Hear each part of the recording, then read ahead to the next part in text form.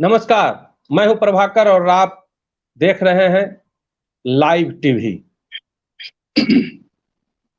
आप देख रहे हैं यूथ टीवी लाइव और मैं हूं प्रभाकर। आपकी बात प्रभाकर के साथ विशेष कार्यक्रम में आप सभी दर्शकों का स्वागत है।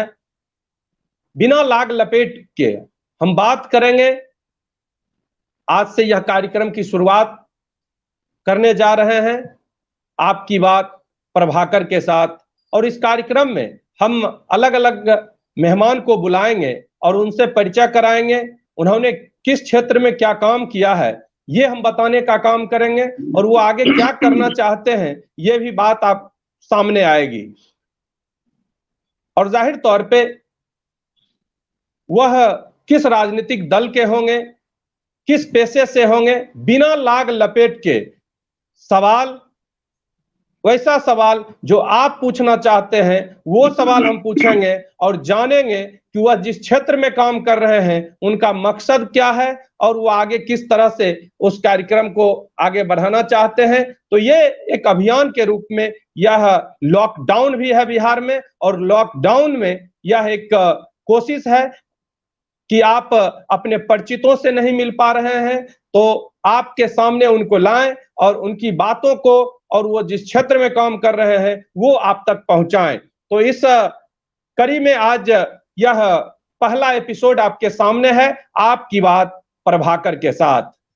तो आज हमारे खास मेहमान आज के इस कार्यक्रम में संजय कुमार सिंह, जो बेगूसराय लोहिया नगर बाइट कंप्यूटर के निदेशक भी हैं और राष्ट्रीय कवि संगम बेगूसराय सदर इकाई के अध्यक्ष भी हैं। आपका स्वागत है संजय जी इस यूथ टीवी लाइव कार्यक्रम में।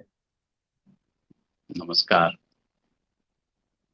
संजय जी किसी परिचय का मोहताज नहीं है। इन्होंने संघर्ष के बल पर, आज लोकल को वोकल करने की बात हो रही है, देश के माननीय प्रधानमंत्री ने भी लोकल को वोकल करने की बात की है। तो आज लोकल को वोकल कैसे किया जाए इस पर भी चर्चा करेंगे। और वैसे ही एक शख्स से आपको जो हमारे साथ जुड़े हैं संजय कुमार सिंह जी, इन्होंने लोकल को वोकल करने का ही काम किया है। तो किस तरह से यह शिक्षा के क्षेत्र में अपना योगदान देने का काम किए, या चाहते तो पटना और दिल्ली में जाकर शिक्षण संस्थान खोल सकते थे, आर्थिक रूप से भी मजबूत है, वहां भी अपना ये इंस्टीट्यूट चला सकते थे, लेकिन इन्होंने अपने जन्मभूमि को चुना, यानी राष्ट्र कवि रामधारी सिंह दिनकर की जन्मभूमि बेगूसराय को चुना। और बेगूसराय में ही इन्होंने आज से 25 वर्ष पूर्व बाइट कंप्यूटर की स्थापना की। बाइट कंप्यूटर की स्थापना इन्होंने तब की जब कंप्यूटर की बात लोग सुनते थे कि कंप्यूटर होता है। लोगों को लगता था कि कंप्यूटर का मतलब टिपटाप लोग करते हैं, लेकिन कंप्यूटर क्या है यह लोग नहीं जान पा रहे थे, खास करके जिला मुख्यालय और ग्रामीण क्षेत्र के लोग। राजधानी तक तो कंप्यूटर पहुंच चुका था, लेकिन वैसे दिनों में और उन दिनों में संजय कुमार सिंह जैसे लोगों ने जिला स्तर पर कंप्यूटर इंस्टीट्यूट की स्थापना की। कितना संघर्ष ये किए होंगे, तब आज इस मुकाम पर पहुंचे हैं। सामाजिक सरोकार में भी दिलचस्पी रहती है और वर्तमान में अब एक कवि के रूप में भी इनकी पहचान है। तो संजय जी आपका स्वागत है, और हम इन शब्दों के साथ आपके संघर्ष को बल देना चाहेंगे कि लोहे के पैर हरे होंगे, लोहे के पैर हरे होंगे, तू गान प्रेम का गाता चल, नम होगी यह मिट्टी जरूर, नम होगी यह मिट्टी जरूर, आंसू के कण बरसाता चल। राष्ट्र कवि रामधारी सिंह की इन पंक्ति के साथ हम आपका हौसला अफजाई करते हैं और सीधे संजय कुमार सिंह जी से ही हम सवाल करेंगे कि संजय जी, आप बेगूसराय जिले के उत्तरी सीमा बखरी क्षेत्र से आते हैं। यूं तो कालांतर में बखरी काफी समृद्ध क्षेत्र था और वहां से आप आते हैं। हालांकि वर्तमान में अगर देखें तो अगर बेगूसराय जिले में 7 विधानसभा क्षेत्र है तो उसमें बखरी का कहीं न कहीं जो एक पूर्व का जो पहचान, कालांतर का जो पहचान था, उसमें हम यह कह सकते हैं कि गिरावट आई है। लेकिन आप उस बखरी से निकले, बेगूसराय मुख्यालय में आए और आज से 25 वर्ष पहले आपने कंप्यूटर शिक्षा की नींव रखी। वह शुरुआत का दिन कैसा था संजय जी? सबसे पहले तो यूथ लाइव टीवी के संपादक पर्यावरण के क्षेत्र में गहरी रुचि रखने वाले, सामाजिक कार्यों में गहरी रुचि लेने वाले और राष्ट्रीय कवि संगम के जिला अध्यक्ष प्रभाकर जी, यानी आपको मेरा प्रणाम। और आपके चैनल के माध्यम से हम तमाम जो भी अभी देख रहे हैं हमारे दर्शक, उन्हें मेरा प्रणाम। मैं बताना चाहता हूं कि 1992 का वो दौर था, 92 का। मैं स्नातक होने ही वाला था, मेरी परीक्षा हो चुकी थी। आरके कॉलेज मधुबनी में उस समय पढ़ रहा था। प्रारंभिक शिक्षा दीक्षा हमारी मध्य विद्यालय बखरी में हुई, उसके बाद बीपी हाई स्कूल बेगूसराय, और कॉलेज की शिक्षा, चूंकि पिताजी वहां पोस्टेड थे तो वहीं से मैंने स्नातक किया। तत्पश्चात उन दिनों बड़ा ही अपने राज्य में अराजकता का माहौल था, बेरोजगारी चरम सीमा पर थी, और घर की स्थिति अमूमन जो संयुक्त परिवार वाले जितने भी लोग थे, सबकी स्थिति लगभग दयनीय ही थी। एक कमाने वाले होते थे, 20-25 लोग खाने वाले घर में होते थे। घर का सबसे छोटा मैं था। मैंने मन ही मन निर्णय लिया कि मुझे कुछ ऐसी पढ़ाई करनी चाहिए जिसके माध्यम से मुझे कुछ धन की भी प्राप्ति हो, ताकि मैं अपनी पढ़ाई को आगे जारी रख सकूं और अपने पिताजी का बोझ हल्का कर सकूं और अपने परिवार की भी मदद कर सकूं। इस उद्देश्य से मैंने घर में कहा कि मैं बाहर पढ़ना चाहता हूं। तो मेरी माँ, उस समय माँ से ही लोग सब सवाल करते थे, पिताजी के सामने हिम्मत नहीं होती थी लोगों की कि कुछ हम कह सकें। तो माँ ने कहा कि ठीक है, तुम्हारा एडमिशन करवाते हैं। पिताजी के साथ मैं पटना गया।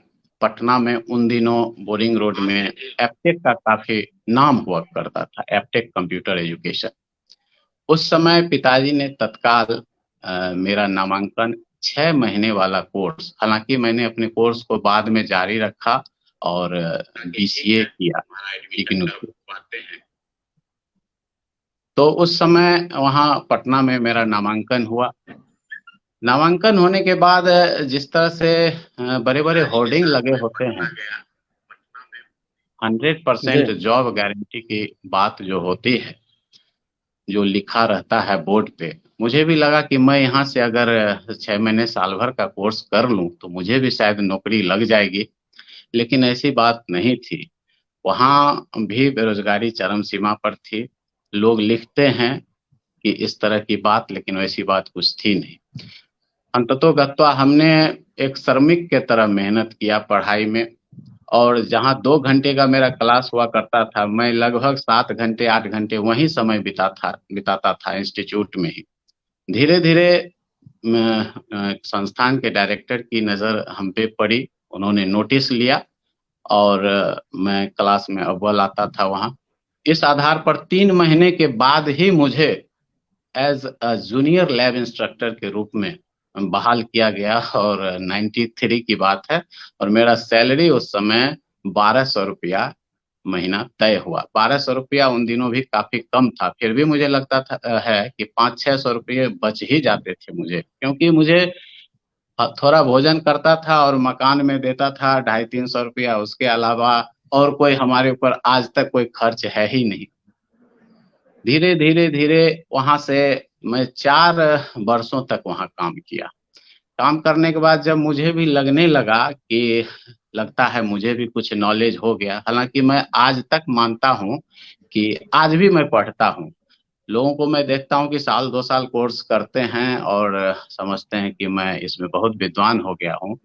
ये आपने सही कहा कि लोगों को हर कोई सीखता ही है, जिंदगी के आखिरी पड़ाव तक लोग सीखता है, लेकिन अगर जिसे यह अहम हो जाए कि हम अपने आप में परिपूर्ण हो गए, ये वही हो सकता है जिसमें ईश्वरीय कुछ गुण हो, तभी वह हो सकता है, या ईश्वर की विशेष कृपा होगी, या ईश्वर का कह सकते हैं कि अवतार होगा, तभी वो अपने आप में परिपूर्ण होगा, अन्यथा वो आखिरी पड़ाव तक सीखता ही है। जी संजय जी। जी, मैं बता दूं आपको कि आज भी मैं रात में 1-2 घंटे पढ़ता हूं। मेरी एक आदत है कि छात्रों के समक्ष मैं नोटबुक या बुक नहीं उल्टाता हूं। हाँ, लेकिन रात में पढ़ता हूं तैयार, जो भी कंप्यूटर, चूंकि डेली कुछ न कुछ इसमें इन्वेंशन होता है, डेली नए नए ऐप आते हैं, उसके बारे में जानकारी रखना पड़ता है, तो इसके लिए मुझे पढ़ना पड़ता है। और अप टू डेट जो भी व्यक्ति अपने आप को नहीं रखेंगे इस फील्ड में पिछड़ जाएंगे, पीछे चले जाएंगे।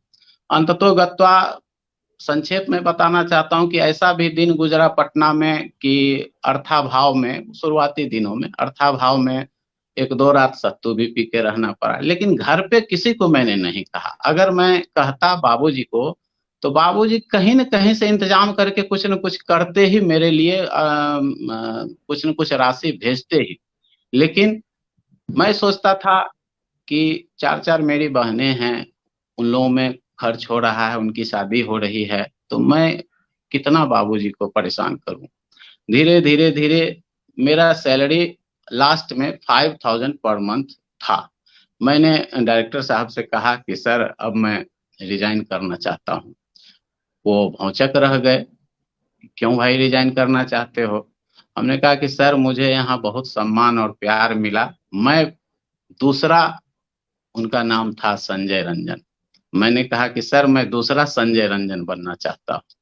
उन्होंने मेरी पीठ ठोकी और ठोकने के बाद कहा संजय तुम जाओ अपना संस्थान खोलो। लेकिन एक बहुत बड़ी बात उन्होंने कही, उन्होंने कहा कि ऐसा होता है कि लोग संस्थान खोलते हैं, कतिपय कारणों से नहीं भी चल पाता है। अगर मान लो नहीं चला तो तुम्हारे लिए एपटेक कंप्यूटर का दरवाजा फिर से खुला हुआ रहेगा। मैंने कहा सर आपने वाह, इतना कह दिया, मेरे लिए बहुत बड़ी बात है। उसके ये बाद गार्जियन का मैंने, आशीर्वाद, गार्जियन का जी, अपने लोगों के प्रति प्रेम, और ये इससे जी, झलकता है कि आपकी कार्य जी, कुशलता उनको इतना जी, प्रभावित किया था कि वो यह चाहते थे कि या तो वो बेगूसराय में जाकर यह सफल हैं, सफल हो, जी, अन्यथा अगर कहीं वहां सफलता नहीं मिले तो फिर दरवाजा तो यहाँ खुला हुआ है। ये आपकी जी, लोकप्रियता, जी, आपके काम के प्रति, कर्म के प्रति जो एक समर्पण होता है, वो जी। आपको पहचान दे रहा था संजय जी। उस समय अ, मैंने सोचा कि मुझे खोलना है। कहाँ खोलना है ये सब मैंने पहले से ही डिसाइड कर लिया था। मैंने ये सोचा कि कहीं इधर-उधर दूसरे जगह खोलने से बेहतर है कि जहाँ मेरा जन्म हुआ, जो मेरी कर्म भूमि है, जहाँ मैंने पढ़ाई किया, जो मेरा जिला मुख्यालय है, वहाँ क्यों ना मैं इस तरह की सेवा दूँ शिक्षा के क्षेत्र में। और मैंने चयन किया बेगूसराय का। हर किसी को, हर व्यक्ति को कुछ न कुछ अपने क्षेत्र के लिए, अपने गाँव के लिए कुछ न कुछ करना चाहिए। उसी सिद्धांत पर मैं आज भी हूँ। तो मैं जब यहाँ आया तो मेरे पास उस समय, मैं खुल करके आपको बताना चाहता हूँ कि मैं, चूँकि मितव्ययी शुरू से रहा, कुछ न कुछ बचाने की आदत शुरू से रही है।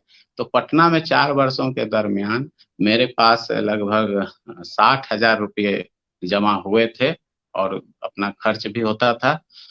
उसके बाद यहाँ जब मैं आया तो एक ट्रैफिक चौक पे हीरा जी मार्केट है अनिल बाबू का, उसमें आगे का बहुत ज़्यादा किराया था और एडवांस भी लगता था। तो पीछे अंदर घुस करके मैंने एक रूम लिया। आप सोच सकते हैं कि कोई फ्रंट पे जगह नहीं है, भीतर है, तो कितनी परेशानी होगी ऐसे संस्थान वाले को। हमने अंदर खोला और उस समय लगभग 20,000 रुपए कम हो रहे थे और उस समय कंप्यूटर की कीमत अधिक थी और प्रिंटर की भी कीमत बहुत ज़्यादा थी। तो एक लेज़र प्रिंटर और कंप्यूटर खरीदने में लगभग 1 लाख रुपए लग गए, फर्नीचर बनाने में। लास्टली हमको 20,000 रुपया कर्ज़ लेना पड़ा। कर्ज़ मैं किससे माँगता? यानी लेकिन एक मैं, कंप्यूटर से आपने ये बाइट कंप्यूटर जो जी, ब्लैक एंड शिक्षण व्हाइट। संस्थान है, इसकी नींव आपने एक कंप्यूटर से रखी थी। जी, जी। एक कंप्यूटर से। और मैं प्रभाकर जी आपको बताना चाहता हूँ कि मैंने ये कभी नहीं सोचा था, मैंने मन ही मन ये सोचा था कि मैं बेगूसराय में रह के पत्नी, उसी समय मेरी शादी भी हुई, जस्ट खोलने के 2-3 माह पहले। तो मैंने ये सोचा था कि मैं अपने परिवार के साथ किराए के मकान में बेगूसराय में रहूँगा। जो बच्चे हमारे होंगे उनको मैं शिक्षा दीक्षा दिलाऊंगा जिला मुख्यालय में रह के। मैंने ये कभी नहीं, मुझे आशा विश्वास ही नहीं था कि एक कंप्यूटर संस्थान से बेगूसराय में कंप्यूटर संस्थान की अपनी जमीन होगी, अपना मकान होगा, ये मुझे लगता नहीं था। फिर भी जब मैंने खोला अंदर तो मैं क्या बताऊं, लोग कहते हैं कि ब्लड रिलेशन ये हमारे हैं, लेकिन मैं आपको बताना चाहता हूं कि भावनात्मक रिश्ता से बड़ा रिश्ता कुछ है ही नहीं। ऐसे ऐसे लोग हमारे पास आए और जिनसे कोई परिचय नहीं, जैसे आपसे जब मैं पहली बार मिला, कहीं कोई परिचय नहीं, हम लोग एक दूसरे को नहीं जानते थे, लेकिन मिलने के बाद उन लोगों ने इतना कोऑपरेट किया, इतना हेल्प किया। जो भी व्यक्ति आवे, स्टूडेंट का जरूर एक दो स्टूडेंट का नाम लिखाते थे, और मैं अपने मेहनत के बल पे, मेरे अंदर जो भी टैलेंट है, नॉलेज है, मैं हमेशा प्रयास करता रहा कि छात्र हमारे यहाँ से संतुष्ट होकर जाएं। मैं एक वाकया बताना चाहता हूँ। जब मैं पटना में था, उन दिनों सीनियर फैकल्टी के पद पे था, तो मैं उस संस्थान में कुछ खामियों को देखता था। तो मैंने उसी समय सोचा था कि जब मेरा अपना खुद का संस्थान होगा तो ये जो खामियां हैं अपने संस्थान में मैं कभी आने नहीं दूंगा। जैसे एक वाकया बताता हूँ मैं, कि मैं काउंसलर के बगल में क्या हुआ था, मेरा लीजर पीरियड था, और दो, हमको लगता है सहरसा तरफ के दो स्टूडेंट सीढ़ी चढ़ के ऊपर की ओर आ रहे थे। सीढ़ी चढ़ने के बाद ऊपर काउंसलर का केबिन था, मैं वहीं बैठा हुआ था। तो काउंसलर महोदया ने हमसे कहा कि सर, अब आप पीछे की ओर आ जाएं, इधर आ जाएं, दो मुर्गा आ रहा है। मैं भौचक रह गया कि हमने कहा दो आदमी को, दो स्टूडेंट को ये बोल रही हैं कि दो मुर्गा आ रहा है। मैं बड़ा आश्चर्यचकित रह गया। तो वो दो, मैं चुपचाप देख रहा था, वो दो छात्र आए, उनसे मीठी मीठी बातें काउंसलर महोदया ने की, अपने संस्थान के बारे में तारीफों के पुल बांध दिए। और बाद में बच्चा पूछ करके गया, कल होकर के आया, एडमिशन भी लिया था। तो हमने बाद में उनसे पूछा कि मैम, आप वो दो लड़के जो कहीं कहीं दूर जिला मुख्यालय, कोई बेगूसराय से, कोई सहरसा से, कोई समस्तीपुर से, आशा विश्वास के साथ आते हैं संस्थान में, और आप हमको बोली कि दो मुर्गा आ रहा है, इसका क्या मतलब है, ये आप क्यों बोली? वो बताई, सर ये हम लोगों के लिए तो मुर्गा ही न है स्टूडेंट। मैं कुछ आवेश में आ गया और मैंने कहा कि संस्थान का पतन आज से शुरू हो गया, इस संस्थान का पतन होना शुरू हो जाएगा। और वही हुआ। धीरे धीरे जहां पर मंथ 1000-2000 एडमिशन होता था वहां पे, उस संस्थान में, वहां होने लगा 4-5, इस तरह से। हमने डायरेक्टर साहब के पास, मैं वहां गया उनके केबिन में, उन्होंने कहा हाँ क्या हाल है, हमने बताया। हमने कहा कि सर कुछ बातें आपसे शेयर करनी। हाँ हाँ बोलो संजय। हमने कहा कि सर मैं काउंसलर महोदया के पास बैठा हुआ था और दो बच्चे आ रहे थे, महोदया ने हमसे कहा, मैम ने, कि दो मुर्गा आ रहा है। सर अगर स्टूडेंट को यहाँ आपके यहाँ मुर्गा समझा जाता है तो मेरा तो इस्तीफा स्वीकार कीजिए सर। कोई भी आता है यहाँ पढ़ने के लिए, आता है ज्ञान लेने के लिए, और इस उद्देश्य से आता है इस संस्थान से उसको कुछ काम भी मिले, और उसको मुर्गा समझा जाता है। मेरे सामने मैम को बुला के वो बहुत डांटे, अच्छे इंसान थे, वो डांटे। तो मैंने सोच लिया था कि जब मैं बेगूसराय में खोलूंगा, हर आदमी धन कमाने के लिए कुछ न कुछ श्रम करते हैं, काम करते हैं। मेरा भी उद्देश्य था कि मैं भी जो काम करूंगा उससे कुछ धन आएगा, लेकिन पहला मेरा उद्देश्य था कि पहले जिस काम के लिए ईश्वर ने मुझे ऑथराइज किया है, यानी कि मुझे कंप्यूटर टीचर बनाया, वो ईमानदारी से मैं करूंगा, और धन की प्राप्ति तो होगी ही। और किसी भी छात्र को हमको मुर्गा नहीं समझना है, वो किसी का बेटा है तो अपना भी बेटा है, मेरा बेटा है, उसके साथ एक मानवीय व्यवहार होना चाहिए। और हमको गुणवत्तापूर्ण पढ़ाई, जहां तक मेरे अंदर नॉलेज है, उस नॉलेज को देने में हमको कमी नहीं करनी चाहिए। बस कुछ कुछ जो छोटी छोटी खामियां थी उसको मैंने दूर किया, और मुझे लगता है आपने लोगों का आपने सही। बाइट कंप्यूटर की स्थापना करी, और कितने दिन हो गए, कितने विद्यार्थी से आपने शुरुआत किए, और लॉकडाउन से पहले तक कितने बच्चे आपके संस्थान में थे? हमने जो ओपनिंग किया था तो उस दिन, पहला दिन, 4 बच्चे हमारे यहाँ टाउनशिप के बच्चे आए थे। 4 बच्चे मुझे आज भी याद है, उनके नाम भी याद है मुझे। और वो एक वर्ष क्या चीज था और जब आपने शुरू किया था? 96 था, 1996 था। 1996 में। जी जी, 20 अप्रैल 1996, 20 अप्रैल को हम लोग का स्थापना दिवस भी होता है। तो 4 बच्चे, मैं बता दूं प्रभाकर जी आपको कि मैंने जब संस्थान खोला तो मुझे लगता था बेगूसराय में उससे पहले भी 3-4 छोटे-छोटे संस्थान हम लोग के जैसा ही था वहाँ पे बेगूसराय में।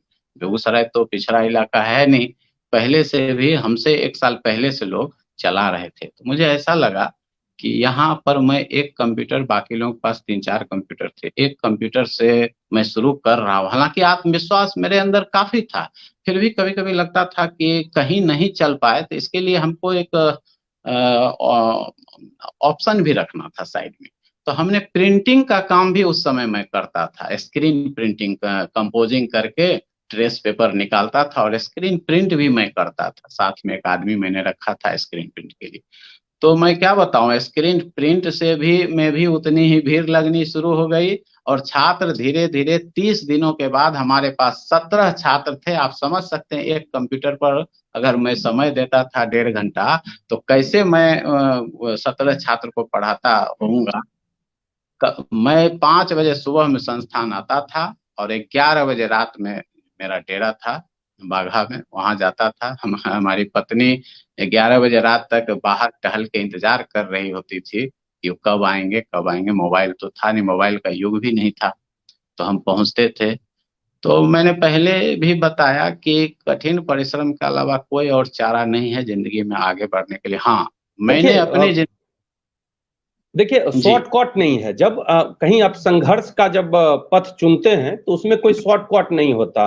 आप कोई व्यवसाय जी। करने के लिए चले हैं, उसमें कोई शॉर्टकट नहीं हो सकता। और आपने जी। उस समय, उस दौर में कंप्यूटर शिक्षा को चुना जब लोगों को कंप्यूटर शिक्षा क्या होती, ये उच्च शिक्षा प्राप्त किए हुए लोगों को भी पता नहीं था कि कंप्यूटर शिक्षा कैसे प्राप्त किया जाए, कैसे हम कंप्यूटर ट्रेंड हो सकते हैं। उस दौर में आपने कंप्यूटर शिक्षा की शुरुआत की, ये बड़ी बात, ये रिस्क आपने लिया उस दौर में। और जी। जाहिर तौर पर समय के साथ कंप्यूटर शिक्षा आज महत्वपूर्ण हो गई। पिछले जी। 1 दशक से कह सकते हैं कि इस पर सरकार ने भी फोकस किया। आम लोगों को भी, जो छात्र थे उनके भी मन मस्तिष्क में ये बात आई कि जब तक कंप्यूटर शिक्षा ग्रहण नहीं करेंगे, बेहतर जगह नहीं मिल पाएगी। तो लोग जो छात्र थे उनके भी मन में ये आया कि जो विषयवार जो शिक्षा है वो तो प्राप्त करनी ही है, साथ में कंप्यूटर शिक्षा भी जरूरी है। ये 1 दशक में हम कह सकते हैं कि बच्चों के मन मस्तिष्क में आया, गार्जियन के मन में आया कि बच्चे को कंप्यूटर शिक्षा देना भी जरूरी है। जिस तरह से अन्य विषयों की शिक्षा हम देते हैं, हम अगर ग्रेजुएशन कराते हैं, हम स्नातक करवाते हैं, अलग-अलग डिग्री दिलवाते हैं, उसी तरह कंप्यूटर शिक्षा भी जरूरी है। और वो कहीं न कहीं आपका जो मन मस्तिष्क था, जो भाव लेकर के आप बेगूसराय आए थे और कंप्यूटर शिक्षा की नींव रखी थी, उसे कहीं न कहीं बल देने का काम किया। और सबसे बड़ी बात कि कोई काम लोग करते हैं, शुरुआत में स्वाभाविक है, काफ़ी परेशानी होती है, कठिनाई होती है और वहाँ वो अडिग नहीं रह पाते हैं। हमने देखा है कई लोगों को कि व्यवसाय या कोई भी पेशा का काम शुरू किया, लेकिन वहाँ अडिग नहीं रह पाए। चाहे कोई भी क्षेत्र है, चाहे राजनीति हो, शिक्षा हो, व्यवसाय हो, किसी भी क्षेत्र में जब आप जाते हैं तो वहाँ आपको अडिग रहना पड़ता है। और जब अडिग रहेंगे और स्वाभाविक महाभारत में श्री कृष्ण ने अर्जुन को जब गीता का उपदेश दिया है तो उसमें कहा है कि कर्म करते जाओ, फल की चिंता नहीं करो। तो आपने अपना कर्म किया, फल की चिंता नहीं किया। आप यह सोचे नहीं थे कि बेगूसराय में अपनी जमीन होगी, अपना मकान होगा और आपने कर्म किया। और स्वाभाविक है, जब लोग कर्म सच्चे मन से और दिल से करेंगे तो उसका फल बेहतर ही मिलेगा और आपके संघर्ष को कहीं न कहीं मुकाम मिला। और हम इसीलिए आपके जैसे लोगों को निर्णय लिए हैं कि ये यूथ टीवी लाइव के माध्यम से ऐसे लोगों को इस पटल पर लाएंगे और उनसे बात करेंगे, ताकि जो युवा पीढ़ी जो आज भटकाव के दौर में जूझ रही है, भटकाव के दौर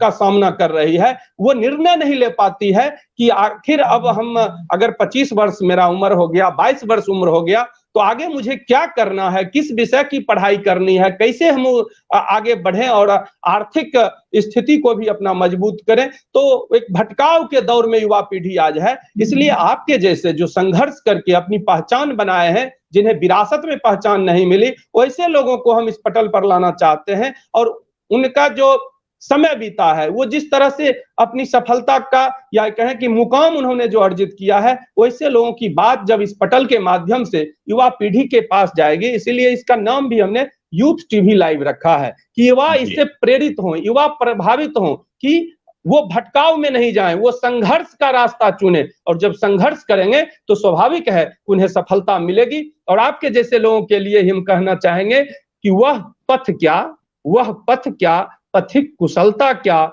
जिस पथ पर बिखरे सूल न हो, नाविक की धैर्य परीक्षा क्या, जब धारा ही प्रतिकूल ना हो। नाविक की धैर्य की परीक्षा क्या, जब धारा ही प्रतिकूल ना हो। तो स्वाभाविक है कि जब सब चीज अगर बना बनाया आपको मिल जाए तो उसमें आपका क्या महत्वपूर्ण योगदान रहा, लेकिन जब आप अपनी मेहनत करके अगर कुछ करते हैं तो स्वाभाविक है उसी समय आपकी पहचान बनती है और समाज के सामने एक मिसाल भी आप पेश करते हैं कि हमने विपरीत परिस्थिति में यह मुकाम अर्जित किया है।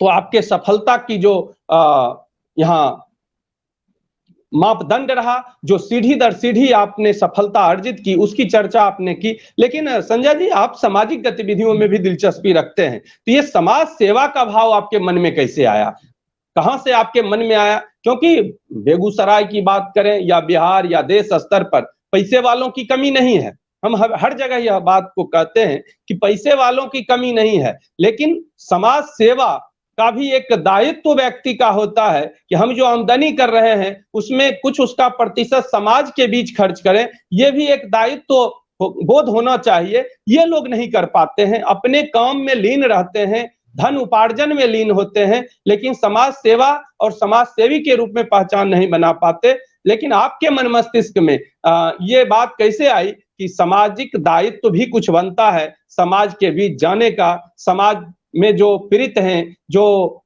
नीचे हैं, उनको कैसे उनका उत्थान हो, ऊपर उठाएं, तो वो आपके मन मस्तिष्क में कैसे आया, इसकी भी हम चर्चा करना चाहेंगे। समाज सेवा का भाव मेरे मन में बचपन से ही है और मैंने सीखा किन से है तो अपने पिताजी और माँ से। पिताजी मैं बता दूं अभी 84 साल के हैं, बखरी में रहते हैं, रिटायर्ड हैं और स्वस्थ हैं। हमारे दरवाजे पर 3 चौकियां लगी हुई है, आसपास के बच्चे आते हैं, करीब 35 बच्चे हैं अभी भी, और सबको वो पढ़ाते हैं, निःशुल्क फ्री में पढ़ाते हैं मेरे पिताजी। तो मैं जब उन्हें देखता था कि रिटायरमेंट के बाद आदमी सोचता है कि लगता है अब भगवान का बुलावा आएगा, और उस स्थिति में अपने आप को वो बिजी उन्होंने अपने आप को रखा है और बच्चों को निःशुल्क शिक्षा दे रहे हैं। उनकी अंग्रेजी, गणित और विज्ञान बहुत मजबूत है शुरू से ही। तो मैंने पिताजी से ये सीखा। दूसरी चीज, मेरी माँ जो अब इस दुनिया में नहीं रही, बहुत बड़े घराने से आई थी। हम लोग तो उतने बड़े घराने के नहीं थे और वो आई थी बहुत बड़े घराने से।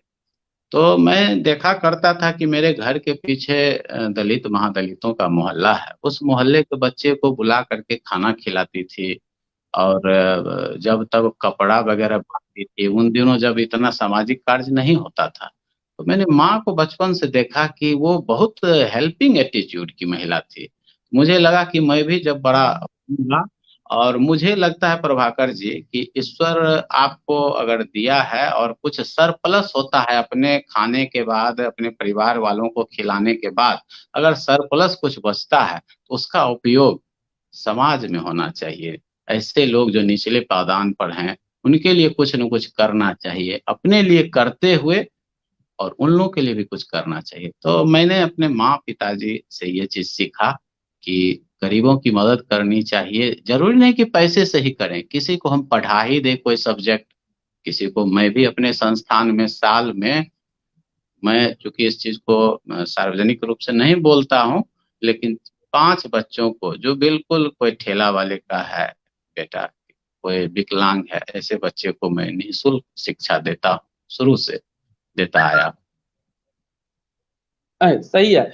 ये हम जानना चाहेंगे कि आप जो बच्चों की पाठशाला जो बेगूसराय में चल रही है, बच्चों की पाठशाला आप हैं, रोशन जी और सारे जो सदस्य इसमें लगे हुए हैं, आप लोगों के मन में ये कैसे भाव आया कि जो दलित महादलित के बच्चे हैं जो स्कूल तक नहीं जा पाते हैं और एनएच के किनारे जो झुग्गी झोपड़ी में रहते हैं वो पॉलीथीन बुनने का काम करते हैं, पॉलीथीन चुनने का काम करते हैं, प्लास्टिक चुनने का काम करते हैं और बचपन उनका उसी में बीत जाता है। जो उनका खेलने और पढ़ने का बचपन है वो कहीं न कहीं उस पॉलीथीन चुनने में और परिवार को आर्थिक मदद देने में बीत जाता है। वैसे बच्चों तक शिक्षा की रोशनी पहुंचे, इसके लिए आपने बच्चों की पाठशाला की शुरुआत की। ये आपके मन में कैसे आया कि ये जरूरी है और इसको शुरू करने का काम आप लोगों ने किया?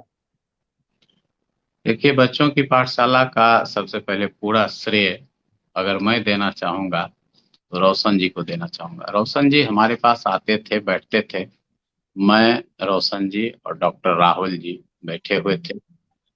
तो मैंने शुरुआत किया। उन्होंने कहा कि सर हम कुछ करना चाहते हैं कि 10 रुपया में खाना खिलाना चाहते हैं बस स्टैंड के पास। हमने कहा कि देखिए वो ठीक है, अच्छी चीज़ है, लेकिन मेरे हिसाब से जब मैं देखता हूँ पुल के नीचे वाला मोहल्ला पूरी तरह से कचरे में बच्चे लिप्त रहते हैं, बहुत से बच्चे नशा करते हैं उसमें। तो ऐसे बच्चों को क्यों ना शिक्षा से जोड़ा जाए, पढ़ाया जाए, निःशुल्क शिक्षा दिया जाए। मैं अकेले तो कर नहीं पाऊँगा रोशन जी, आप अगर इसमें आगे बढ़ते हैं, आपकी अपनी एक संस्था भी है। रोशन जी ने सहर्ष स्वीकार किया और रोशन जी के नेतृत्व में हम डॉक्टर राहुल जी, अशोक जी हैं, रजनीकांत सर रिटायर्ड शिक्षक हैं, रंकज जी हैं, कई नाम हैं जो खुद ब खुद वहाँ धीरे-धीरे जुड़ते गए और निःशुल्क सेवा देने लगे। मैं बताना चाहता हूँ कि जब हम लोग ये वाक़या सबको जानना चाहिए। जब हम लोग वहाँ ज़मीन खोज रहे थे कि कहाँ पढ़ाया जाए, तो आप तो समझ ही रहे हैं कि वहाँ के लोगों की मानसिकता कैसी होगी। सबों ने कहा नहीं-नहीं ये आप लोग ठगने के लिए आए हैं, कोई अब यहाँ पर कुछ करके कुछ बिज़नेस कीजिएगा, आप लोगों को हम अपनी जगह नहीं देंगे। जगह देने के लिए कोई तैयार ही नहीं थे। उसी में आप समझ लीजिए एक निरक्षर महिला, अनपढ़ महिला, बुजुर्ग महिला है वो, सीमा देवी पासवान, उस कचरे के घर से निकलती है झोपड़ी से और कहती है बउआ आप लोग पढ़ाइएगा? हम लोग बोले हाँ पढ़ाएँगे, हम लोग पढ़ाना चाहते हैं। आइए यहाँ जो मेरी खाली जगह है, हालाँकि वो सभी जगह सरकारी ही जगह है, ये है और रेलवे की जगह। उन्होंने कहा कि बउआ आप लोग पढ़ाना चाहते हैं तो जहाँ मेरी झोपड़ी है और झोपड़ी के आगे जो भी जगह है उसका आप लोग उपयोग कीजिए। उनके बच्चों ने विरोध किया कि तुम ये क्या कह रही हो? इनको क्यों जगह दे रही हो? उस महिला ने कहा कि हर हाल में यहाँ पर इन लोगों को हम पढ़ाने देंगे, तुम लोग का चाहे कुछ भी बोलो, यहाँ पढ़ाई होके रहेगी। बड़ा योगदान उनका रहा। अब आप समझ सकते हैं शिक्षा के महत्व को वो समझती थी वो महिला। उस उनका नाम लेना ज़रूरी है, सीमा देवी पासवान। और उन्होंने जगह दिया और हम लोग जब शुरू किए तो 30-35 बच्चे थे। मैं सप्ताह में 2 दिन 3 दिन जाता हूँ, बाकी सभी शिक्षक लोग वहाँ प्रत्येक दिन पढ़ाते हैं। अभी तो कोरोना संक्रमण काल में बंद है, तो वहाँ हम लोग पढ़ाना शुरू किए। धीरे-धीरे जिले वासियों का सहयोग मिला। सभी लोग बढ़-चढ़कर हिस्सा लिए आए। बच्चों को जो ज़रूरी चीज़ें थी जैसे किताब, कॉपी, बैग, वाटर बोतल, शेड का निर्माण और सभी लोगों मैं नाम लेना चाहता हूँ सेंट जोसेफ पब्लिक स्कूल के अभिषेक जी का, राजकिशोर बाबू का, अ, उसके बाद rotary club, Lions club, inner wheel club की महिलाओं ने बहुत योगदान दिया। बहुत लोगों ने सहयोग किया। उसके बाद तो यह गाड़ी चल निकली और धीरे-धीरे वहाँ के बच्चों में आप इतना इम्प्रूवमेंट देखेंगे, अंदर से खुशी मिलेगी। मैं इसलिए भी ये काम करता हूँ, मैं सोचता हूँ कि मेरे बच्चे बाहर पढ़ रहे हैं, 2 बच्चे हैं दोनों बाहर पढ़ रहे हैं। वो क्या वहाँ खाते हैं, कैसे रहते हैं, मैं तो नहीं देखने जाता हूँ, भगवान भरोसे हैं। मुझे लगता है चूँकि मैं आध्यात्मिक भी हूँ, भगवान को मानता हूँ।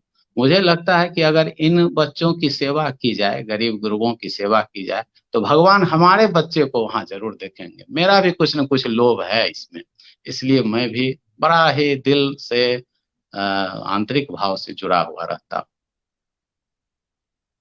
चलिए, तो आपने अपने बचपन से लेकर अब तक की तमाम बातों को और बेबाक तरीके से आपने रखने का काम किया और अपनी जो शुरुआत के दिनों में जो कह सकते हैं कि मनी का अभाव और उस परिस्थिति में किस तरह से आपने संस्थान की नींव रखी सारे बातों को आपने बखूबी रखने का काम किया। तो आप कवि भी हैं, हाल में आपकी कई रचनाएं वायरल भी हुई है और आप राष्ट्रीय कवि संगम बेगूसराय सदर इकाई के अध्यक्ष भी हैं। तो चलते चलते हम यह चाहेंगे कि आप कोई एक रचना आप सुनाएं, ताकि जो हमारे दर्शक जुड़े हुए हैं उनको भी लगे कि कवि मन क्या लिखा है, थोड़ा मन गुदगुदाते हुए आखिरी पड़ाव की ओर हम लोग बढ़ेंगे।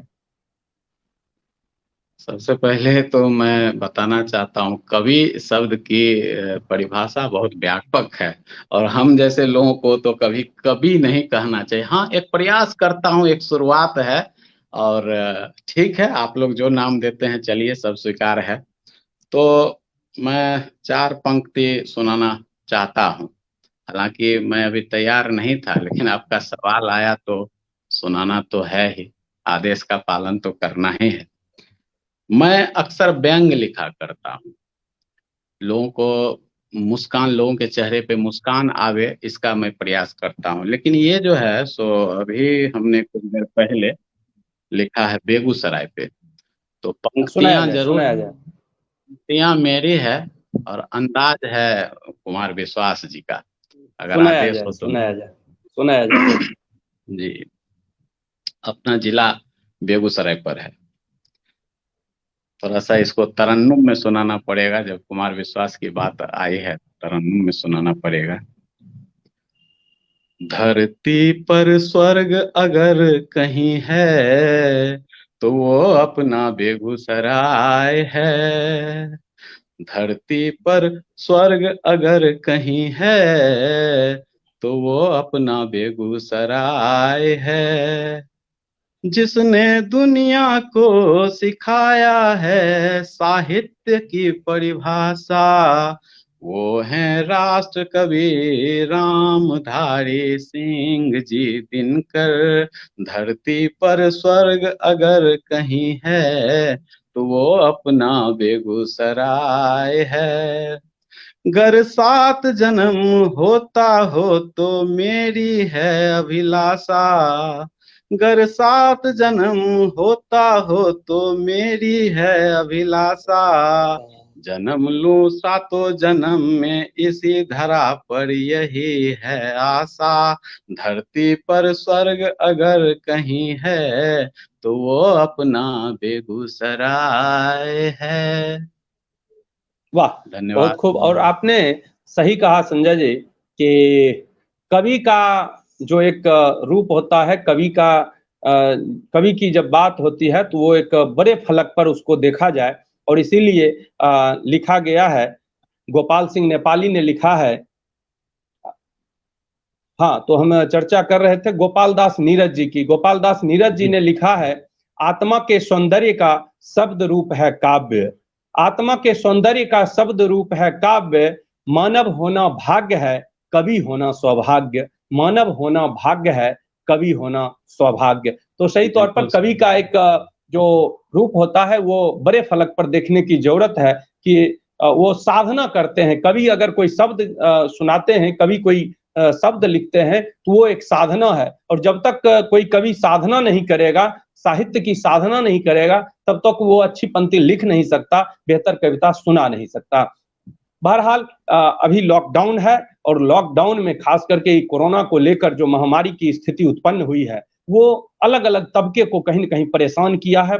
और ऐसी परिस्थिति में जो प्राइवेट शिक्षण संस्थान हैं, वो भी काफी इसके मार से कह सकते हैं कि बचे हुए नहीं हैं। और यूं कहें कि अगर 2-4 सबसे महत्वपूर्ण पेशे पर इस लॉकडाउन का असर पड़ा है, इसकी मार पड़ी है, तो उसमें प्राइवेट शिक्षण संस्थान महत्वपूर्ण रूप से देखा जा सकता है और समझा जा सकता है। तो आप भी एक शिक्षण संस्थान के डायरेक्टर हैं, आपको प्राइवेट शिक्षक संस्थान से जुड़े शिक्षकों से बात होती होगी, जो संचालक हैं उनसे बात होती होगी।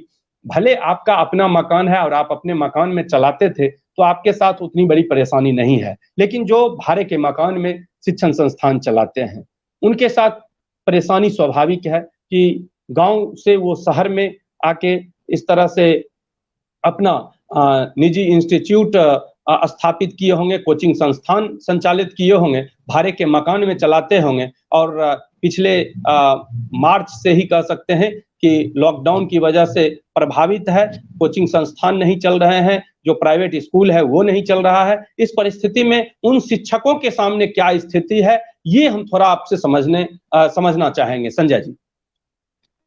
बहुत ही सही सवाल आपने किया है। आपको मैं बता दूं कि इस कोरोना महामारी में अगर सबसे अधिक बेचारे की स्थिति में है तो प्राइवेट शिक्षक हैं, होम ट्यूटर हैं, इन लोगों की बहुत बुरी स्थिति हो चुकी है।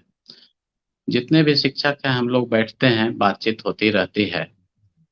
तो सबसे पहली बात कि छात्र की पढ़ाई तो बिल्कुल बाधित है पूरी तरह से। छात्र हम लोग को प्रत्येक दिन फ़ोन किया करते हैं और हम लोग को देश का साथ देना है, अपने स्वास्थ्य का भी ध्यान रखना है, कोरोना नहीं फैले।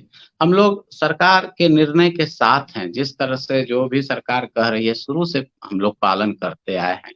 लेकिन हम लोग का कहना ये था, हालाँकि दोबारा लॉकडाउन शुरू हो चुका है, लेकिन उस पीरियड में हम लोग का ये कहना था जब सरकार धीरे-धीरे सभी चीज़ों को खोल चुकी थी और बच गए शिक्षण संस्थान, मंदिर खुल गए, मस्जिद खुल गए, शॉपिंग मॉल खुल गए थे उस समय और शिक्षण संस्थान को बंद रखा गया था। तो हम लोग का यही कहना था, अरे सभी बच्चों को नहीं, शिफ्ट वाइज़ 10 ही बच्चे करके सरकार हम लोग को भी आदेश देती, हम लोग दूरी बना के पढ़ाते, मास्क, सैनिटाइज़र का पूरा उपयोग करते हुए काम करते। हालाँकि सरकार के हर निर्णय का पालन हम लोग करते आ रहे हैं, आगे भी करेंगे, जो देश हित में होगा वो काम करेंगे। स्थिति इतनी खराब हो चुकी है प्राइवेट शिक्षकों की कि किराए के मकान में मैं कम से कम 10 ऐसे शिक्षकों को जानता हूँ जिन्होंने मकान अपना खाली कर दिया, कोचिंग का मकान खाली कर दिया। उनके ऊपर अपने बूढ़े माता-पिता के भरण-पोषण की ज़िम्मेवारी है। बच्चे हैं छोटे-छोटे स्कूल में पढ़ रहे हैं, उनको भी पढ़ाने की ज़िम्मेवारी है। बहुत के माँ-बाप बीमार चल रहे हैं, उनका इलाज करवाना है। तो हम अंदरूनी स्थिति क्या बतावें शिक्षकों की? आप अगर मिलेंगे, देखेंगे आप लोग तो लगेगा सच में अच्छा हम लोग सही में जो हैं समस्या से शिक्षक जूझ रहे हैं और स्वाभाविक है कि आस पड़ोस में हर जगह इस तरह के शिक्षक तो रहते ही हैं जिनसे मिलना जुलना और उनसे बातें होती है और स्वाभाविक है 3 महीने 4 महीने तक अगर यह स्थिति है और आगे यह भी नहीं है कि कब तक यह सामान्य स्थिति होगी, तो स्वाभाविक है कि जो इस पेशे से जुड़े लोग हैं उनके सामने चिंता और चिंतन का सवाल जरूर उठ खड़ा हुआ है कि आखिर उस परिवार का क्या होगा जो छात्रों पर ही निर्भर थे। छात्रों के पढ़ाई से जो आर्थिक संस्थान को आमदनी होती थी, उससे शिक्षकों को पारिश्रमिक मिलती थी और उससे शिक्षकों का परिवार चलता था। लेकिन आज उन शिक्षकों के सामने बड़ी समस्या यह ज़रूर उत्पन्न हो गई है और यह चिंता और चिंतन का विषय आम लोगों के लिए भी है, शिक्षकों के लिए भी है और सरकार के सामने भी यह चुनौती के रूप में है कि मध्यम वर्गीय परिवार का अब इस लॉकडाउन में क्या होगा? क्योंकि उन्हें तो कोई राशन भी नहीं मिलता, राशन कार्ड भी उनका नहीं होता, तो फिर उन परिवारों की क्या स्थिति होगी और कैसे वो परिवार अपना जीविकोपार्जन चलाएँगे? क्योंकि उनका जो पेशा शिक्षण जो पेशा है, वो प्रभावित हो गया पूर्ण रूप से, आमदनी का कोई ज़रिया नहीं रहा। वो केवल अपना शिक्षण संस्थान पे निर्भर थे या जो शिक्षक हैं वो दूसरे शिक्षण संस्थान जहाँ भी वो सेवा दे रहे थे, उस पर निर्भर थे जहाँ से उन्हें पारिश्रमिक मिलती थी। लेकिन वो कहीं न कहीं बंद हो गई, आमदनी का स्रोत बंद हो गया, तो आखिर वो परिवार आगे कैसे अपना समय काटेगा? ये सबसे बड़ी समस्या आज लोगों के सामने उभर कर सामने आई है और इसीलिए हम समझना चाह रहे थे आपसे कि आखिर शिक्षकों की क्या पीड़ा है, शिक्षक का परिवार कैसे चल रहा है? आपने जिस तरह से बातों को रखा है, स्वाभाविक है कि ये कहीं न कहीं चिंता और चिंतन करने के लिए विवश कर रहा है। बहरहाल जाते-जाते हम चाहेंगे संजय जी इस समय आप अगर कोई संदेश अपनी ओर से यूथ टीवी लाइव के माध्यम से देना चाहेंगे, तो वो आप दे सकते हैं। कोई संदेश आपका जो आम लोगों के लिए हो, छात्रों के लिए हो और बेगूसराय या बिहार के लोगों के लिए हो, तो वो आप दे सकते हैं। फिर हम इस कार्यक्रम को समापन की ओर ले चलेंगे।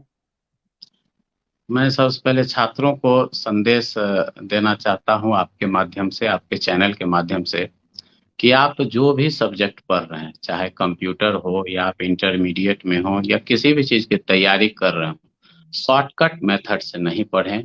जो अध्ययन का तरीका है डीपली, पहला चैप्टर से लेके लास्ट चैप्टर तक गहराई से पढ़ें। और जीवन में स्वाध्याय का बहुत बड़ा महत्व है। सेल्फ स्टडी तो जरूर आप करें, और आगे बढ़ने में लाइफ में कोई शॉर्टकट रास्ता नहीं है। बिना मेहनत का आगे नहीं आप बढ़ सकते हैं। सिर्फ एग्जामिनेशन पॉइंट ऑफ व्यू से मत पढ़ें तो पूरी तरह से थोरोली नॉलेज लें। और अपने आपके माध्यम से तमाम व्यूअर्स को, दर्शकों को कहना चाहता हूं कि जो सरकार के द्वारा दिशा निर्देश दिया गया है इस कोरोना महामारी के दौरान, जैसे कि मैं भी देखता हूं, कभी बाहर निकलने का मौका मिलता है, मास्क वास्तव में लोग नहीं लगा रहे हैं। बहुत कम लोगों को मैं देखता हूं। मास्क लगाना बिल्कुल जरूरी है, इससे संक्रमण रुकेगा। हमारे यहाँ दोबारा क्यों लगाना पड़ा? इसलिए लगाना पड़ा कि फिर से मास्क लोग नहीं लगाते थे, फिर से संक्रमण का दर बहुत ज्यादा बढ़ गया अपने राज्य में। तो मास्क जरूर लगावें। जो सैनिटाइजर का उपयोग करें। हाथ जो धोने की बात कही गई है, 2 गज की दूरी रखना है। खुद ब खुद ये जो है कोरोना हमारे देश से चला जाएगा, इस दुनिया से चला जाएगा। और कोरोना जैसी बीमारी के लिए ही तो शायर गालिब जी ने कहा है कि इस वक्त के लिए ही उन्होंने कहा है, ऐ बुरा वक्त जरा अदब से पेश आ, क्योंकि वक्त नहीं लगता है वक्त बदलने में। धन्यवाद। चलिए, तो आपने जो आज देश की जो वर्तमान हालात है उस पर भी आपने चर्चा किया। तो कोरोना पर ही 2-4 पंक्ति हम कहना चाहेंगे। महामारी से, किसी कवि ने ही लिखा है, महामारी से ये संघर्ष निश्चित ही बड़ा होगा, उसी की जीत जिसका धैर्य और साहस बड़ा होगा। नहीं हम हार मानेंगे स्वयं की सांस अंतिम तक, हमें विश्वास हिंदुस्तान फिर से उठ खड़ा होगा। हमें विश्वास हिंदुस्तान फिर से उठ खड़ा होगा। हम यह उम्मीद जरूर कर सकते हैं, और यह हमें उम्मीद है कि जो सामने में यह विपदा महामारी के रूप में आई है, यह समय टलेगा और एक बार फिर हम सब मिलेंगे, फिर माहौल बदलेगा, फिर देश और विश्व का हालात बदलेंगे, और फिर जिस तरह से लोग मिलते जुलते थे, फिर यह लॉकडाउन खत्म होगा और यह महामारी और यह कोरोना रूपी वायरस समाप्त एक दिन हो, और सभी लोग फिर जिस तरह से मिलते जुलते थे वह दिन बहुत जल्द देखने को मिले। यही कामना के साथ संजय जी, बहुत बहुत धन्यवाद कि आपने live TV, youth TV live में अपना महत्वपूर्ण समय दिया और तमाम बातों को आपने शेयर किया। आपको यूथ टीवी लाइव की ओर से बहुत बहुत धन्यवाद और आभार। आपको भी, और आपके चैनल के माध्यम से एक बार फिर अपने जितने भी व्यूअर्स हैं उनको मैं प्रणाम करता हूं। बहुत बहुत धन्यवाद।